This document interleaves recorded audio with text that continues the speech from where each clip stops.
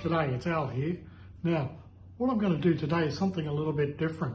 In my last several videos, I've put together my perspective, my opinions of what it's been like to move here to Bali. Now, I've been here for 5 months, but this time we're going to do something a little bit different. And what I've done is I'm putting together a compilation of 3 groups of people that are going to give you their perspective of what it's like to live in Bali. There's one chick in it, she's pretty dodgy. Now, if you've got any questions you'd want to know, or if you really like this format, let me know in the comments down below here, because I like it. If it works, I'll keep doing a few more. Hello, my name is John and I have lived in Bali for about 2 years. Well, I'm Deb and I've been in Bali since December, so 6 months nearly. I'm Chris. And I'm Liz. We've been in Bali 10 months.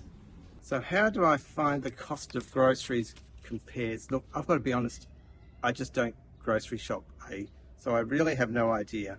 I know a lot of people say some things are cheaper, but personally, I just don't know. If you buy local, it's cheap. If you go to the markets, it's cheap.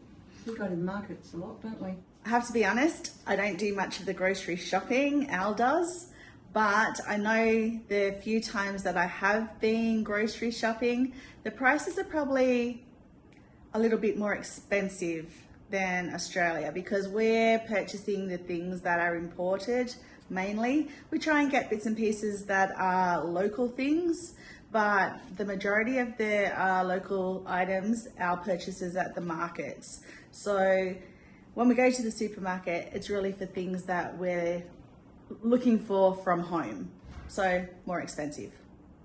Where do I buy my groceries? At the local market or at the supermarket? I just don't, because it's just much cheaper for me to go out, buy something, don't have to buy the food, don't have to pay for the gas, the electricity. It's just much cheaper where I live. At the local markets and the supermarket, we do get stuff from the supermarket, toilet paper, cheese, we buy cheese, butter.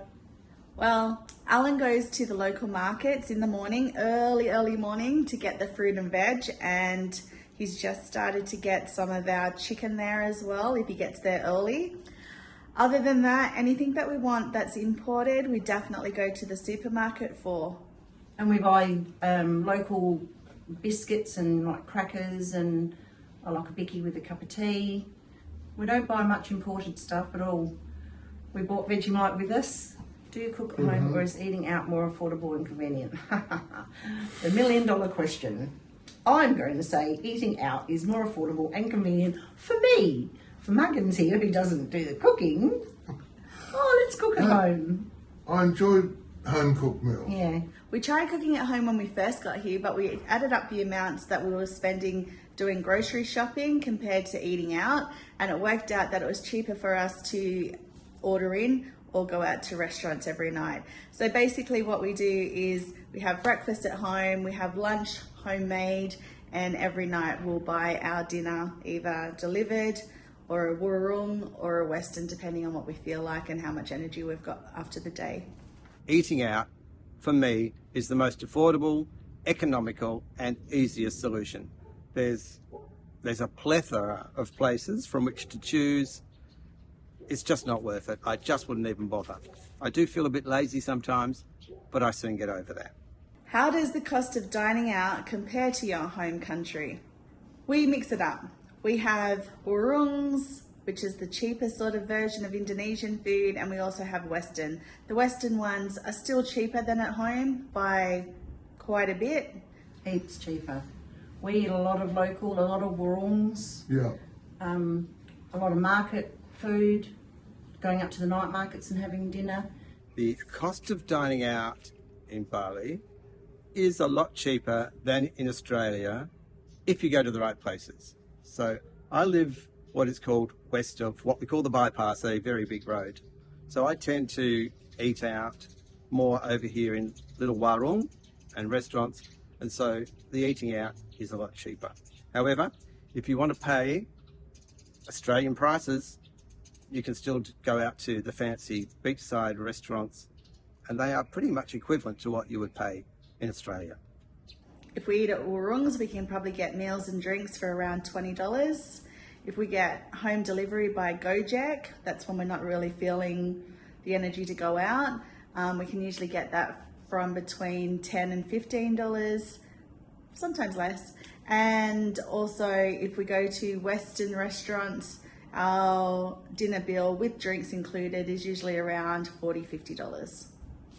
So do I mostly eat at Warung or restaurants with Western menus? I prefer to go to local Warung. Even the local bars over this side still serve traditional food, which is very nice. But there are lots of little Warung which are cheap and absolutely spot on. I go for local food. Both. And delivery. Mostly local warungs, mostly night markets, and going out with friends. Are there good options for social activities? My goodness, there certainly are. In fact, I myself have started up a web page for people who live on the west side of the bypass called Sanur, West of the Bypass. That was genius.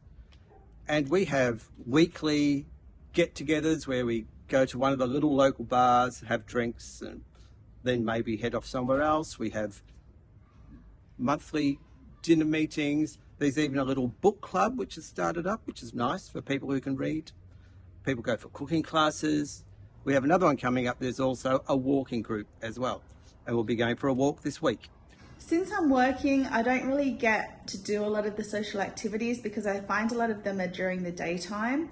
There's sports, we play bingo, we meet friends and play cards, Trivia nights. trivia nights. We are part of social groups that do go out to restaurants occasionally, like maybe, once a week or once a month.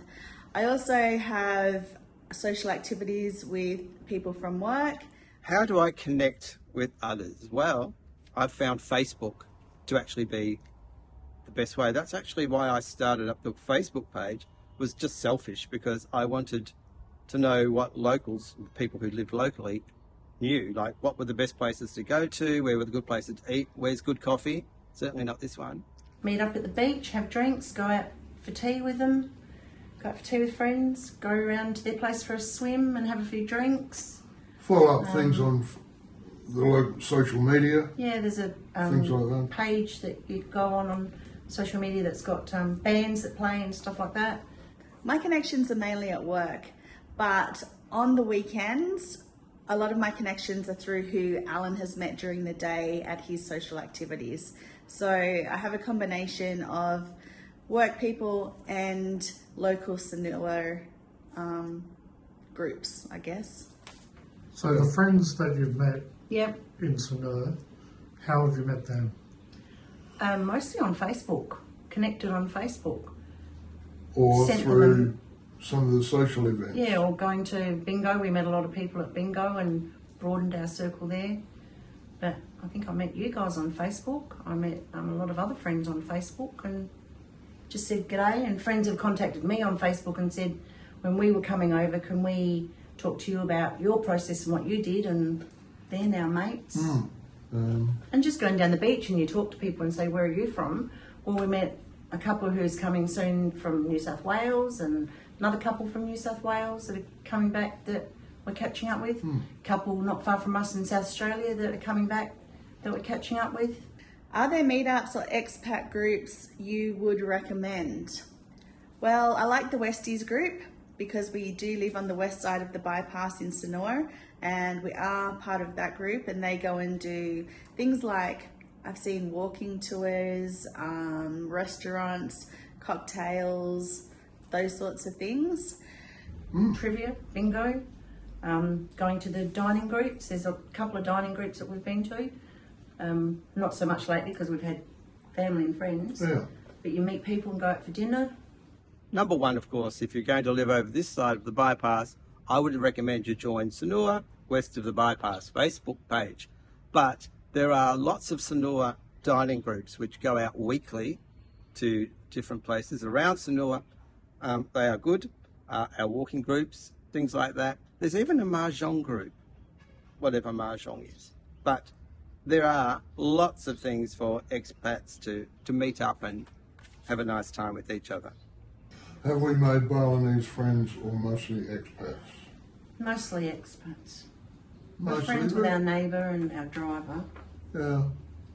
We do try and integrate a bit, Yeah, not. I wouldn't especially say with our local we'll environment. talk to people all the time, but we don't actually have any actual Balinese friends that we go and associate with, sort of, as such. Probably a few more expats, basically because the language barrier isn't there. But I have met quite a few Balinese, and well, sometimes it's hard because they're not actually from Bali, they're from different parts of Indonesia. But yeah, I've met a few. They're very nice. A lot of the local drivers sort of befriend and then use them like just to go on little trips and outings or even shopping. So yeah, I've made some Balinese friends or Indonesian friends. A lot of my friends at work are Balinese, so I would say I've got a lot of Balinese friends. Also, my driver's Balinese, so he takes me to work and brings me back, so I'm friends with him as well. But I also work with a lot of expats, so I think it's quite even, my friendship groups, and they blend well together. Has there been any challenges adjusting to local culture and customs? Not really. I think because we've been here so many times on holiday, there hasn't been a big culture shock or a huge adjustment. Maybe driving and not having that independence is my biggest hurdle. I'm still trying to learn to drive in this traffic, but time will tell if that's going to go ahead or not. So at the moment, I rely on Alan to take me where I need to go, or I have to get a Gojek to go wherever I need to go. It's very hard to get used to the traffic. In fact, I would say impossible. But that's the thing. But the local culture, sometimes the shops are shut and you don't know when they're going to shut because there's different festivals or there's a celebration or something. The Balinese have lots of holidays and things close, and sometimes you don't know they're going to shut. Sometimes you trip over little offerings, which is a bit embarrassing, but that can happen. But no, I haven't had any trouble adjusting. Oh, are we rolling? Yeah. Have there been any challenges adjusting to the local culture and customs? No, we love it. We have visited Bali quite a few times, quite a number of times, and found over that period of time we've got to know the ins and outs of being here. Do I feel like I'm in holiday mode or has routine kicked in? I think routine has certainly kicked in. Holiday mode sort of ran out when I realised the money was going down, and perhaps I really didn't need all the extra bintang, or I didn't need to go out to restaurants. I would just do what the locals do. Well, I definitely don't feel like I'm in holiday mode, and I really haven't since I've been here. I have a routine, and it's a work routine, and that kicked in pretty much after week 2.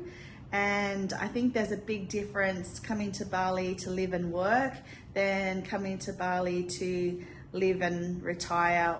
Yeah, there was a time when I thought, actually I remember the thinking like, oh, I'm not on holiday, I actually am living here, so perhaps I better adjust.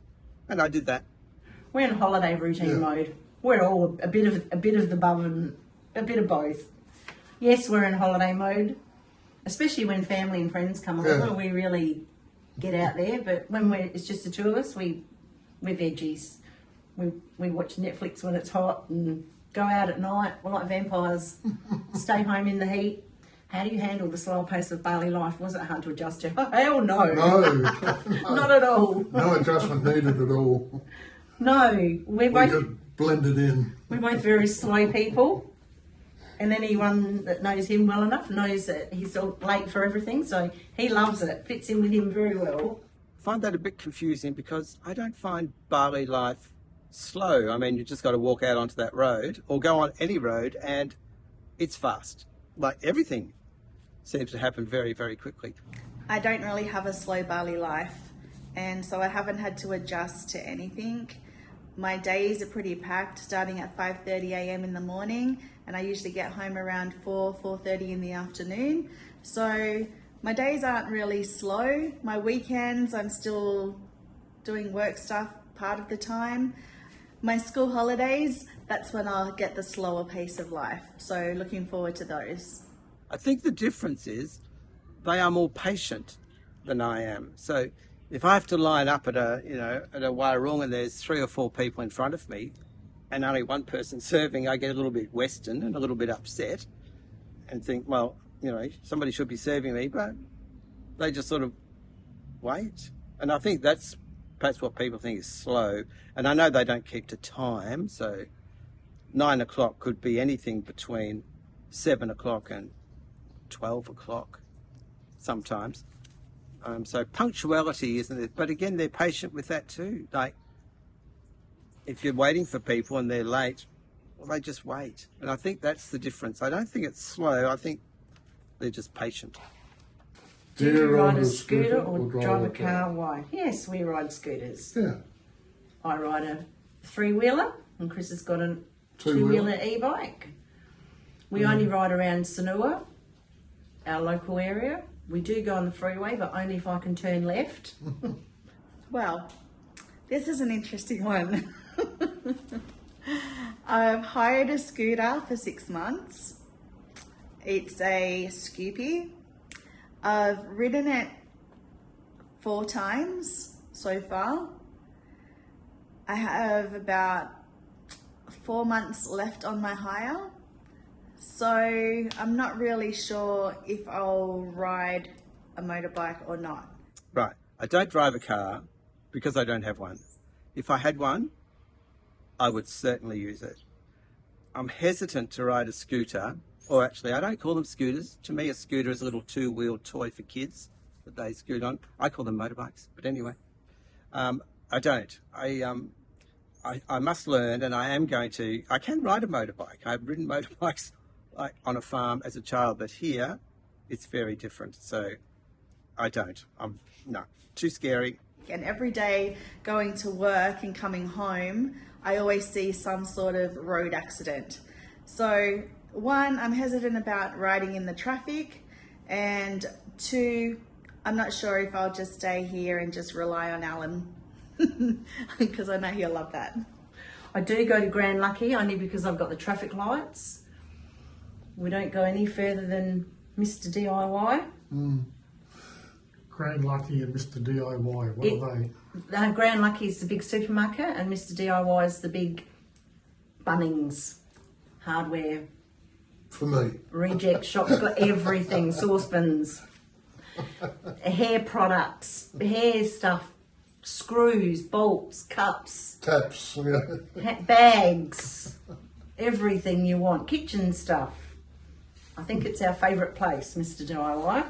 How safe do you feel on the roads? Well, I don't.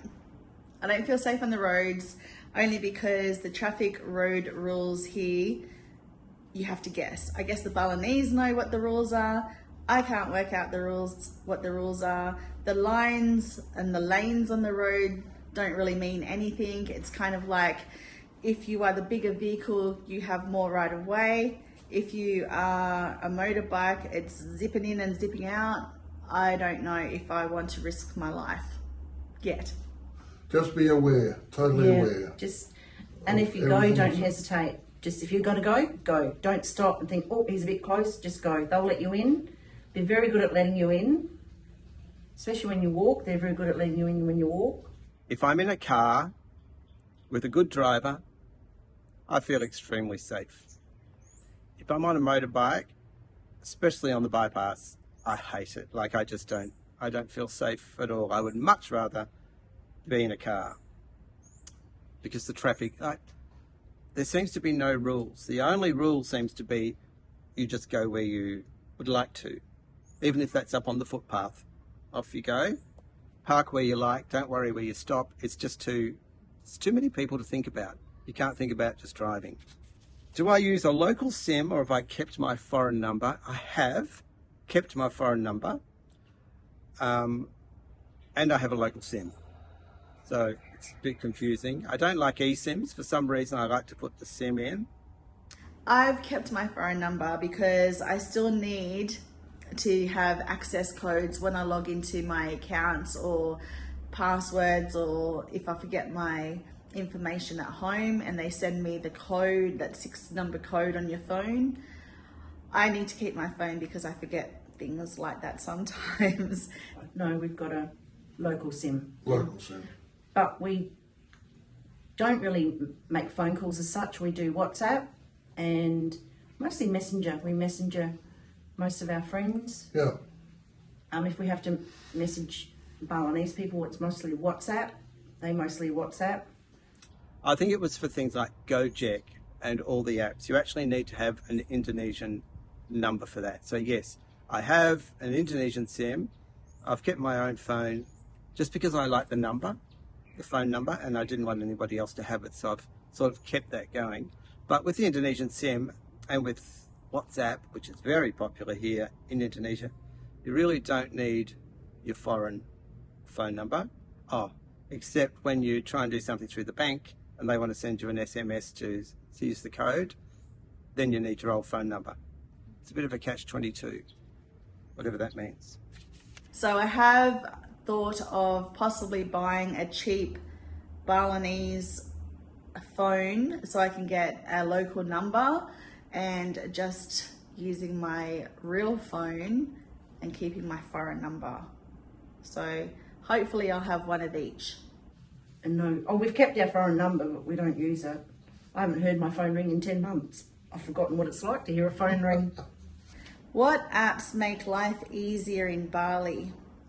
Well, definitely for me, it is the Gojek app, because we can pay our electricity bill on there, we can pay for Alan's health insurance on there, we can get our food delivered from there, we can get rides from there. So if I'm going to recommend one app, it's the Gojek app for sure.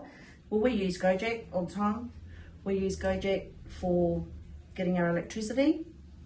We use Gojek to do our BPJS, which is the health system here. We use Gojek to get a taxi, of course. We use Gojek to get food when we're both too lazy to get off our fat behinds and even go and get food. I think the number one app in Bali would have to be WhatsApp. Like, just everyone uses it, and you can do anything. Like, you get t-shirts printed, you just send the design off to the printer, you pay online, you send that off.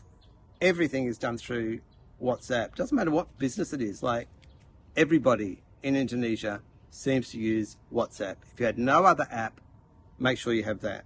Other than that, it's just like shopping apps and WhatsApp. Everyone uses WhatsApp to communicate here, even businesses. So anything that we want done or ordered in, I just WhatsApp them. For example, if I want bread delivered, I WhatsApp them. If I want drinks delivered, I WhatsApp them. If I want flowers delivered, I WhatsApp them. So everything's WhatsApp. So my two would be Gojek and WhatsApp. Gojek or Grab, I think, is the other one. Just for ordering a car, I use Gojek. Don't know why. Gojek is good. That's another reason you need a local SIM. But WhatsApp would definitely be my number one tip. I don't do shopping online. I don't even like shopping in shops. You also use, you do a lot of online shopping. No, none. Well, yes. Lazada. Yes. But I don't do Lazada anymore. I got in trouble for doing too much. Lazada's like eBay, and you can buy everything. I still buy the occasional little thing. I bought an air fryer from Lazada. It cost me, I don't know, $25. I bought Christmas stuff for the kids. I bought pool stuff. We bought so much on Lazada.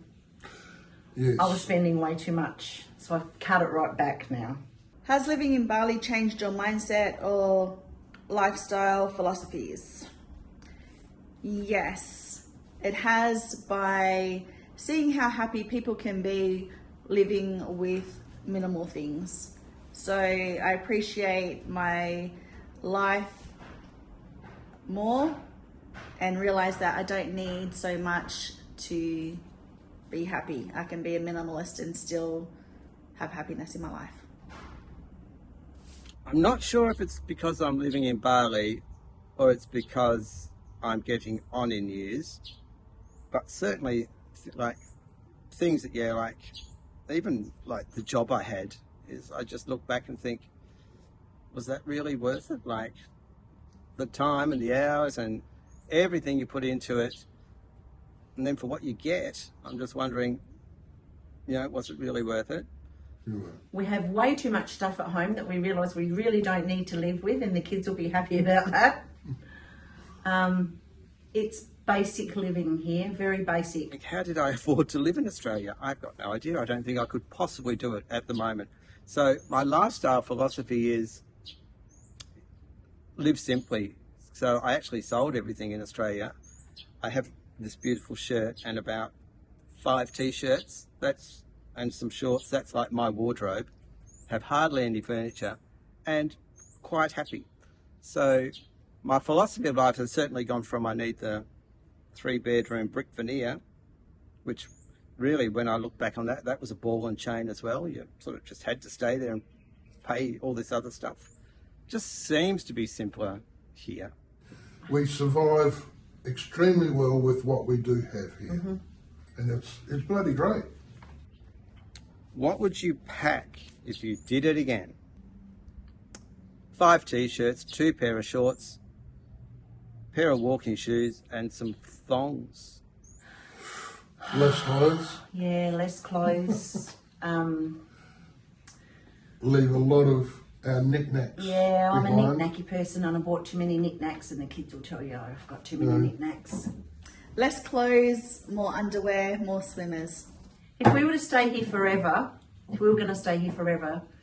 I would have hardly not bought anything. Or I would have bought medical stuff, like things that you can't get here. Potato peelers, potato masher and potato masher bent, because it wasn't the things here are not as good quality as home. More lollies. I wouldn't have bought 4 pool noodles that took up a huge amount of space. Oh, and the computer, of course. Have to have the computer and the iPad.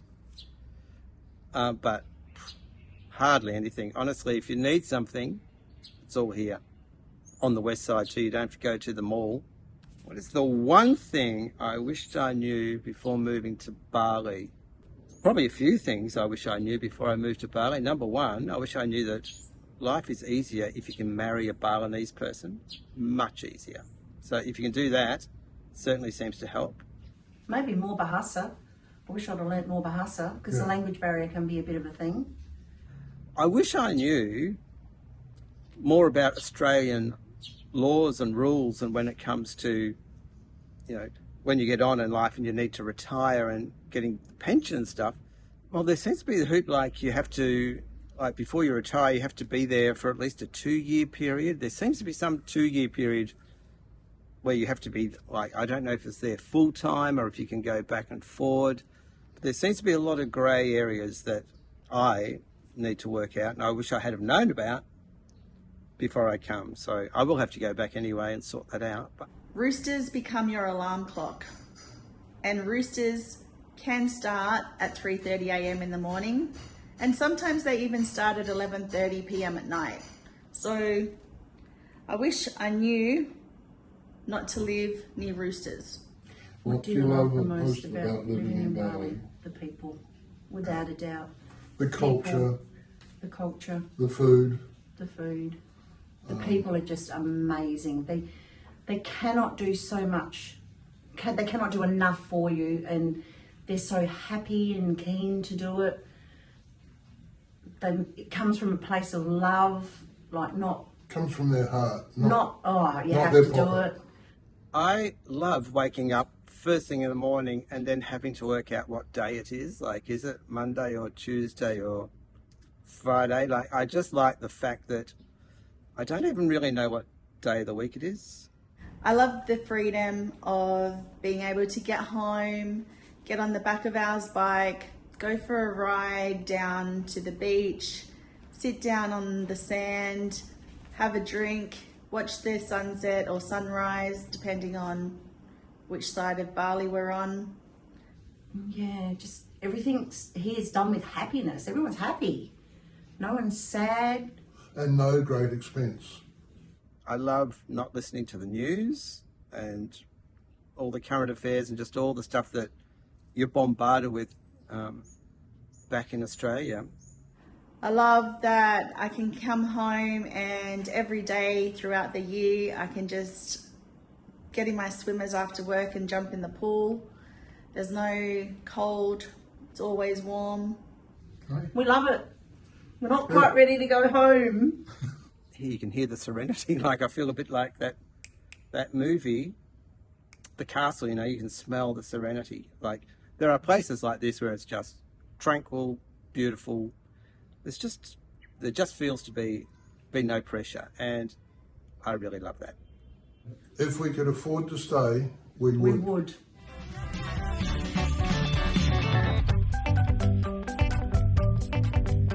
If you found this video entertaining, helpful or inspiring, we'd love for you to consider subscribing to our channel and hitting that notification bell. Subscribing will ensure that you never miss out on any of our future content that we create especially for you.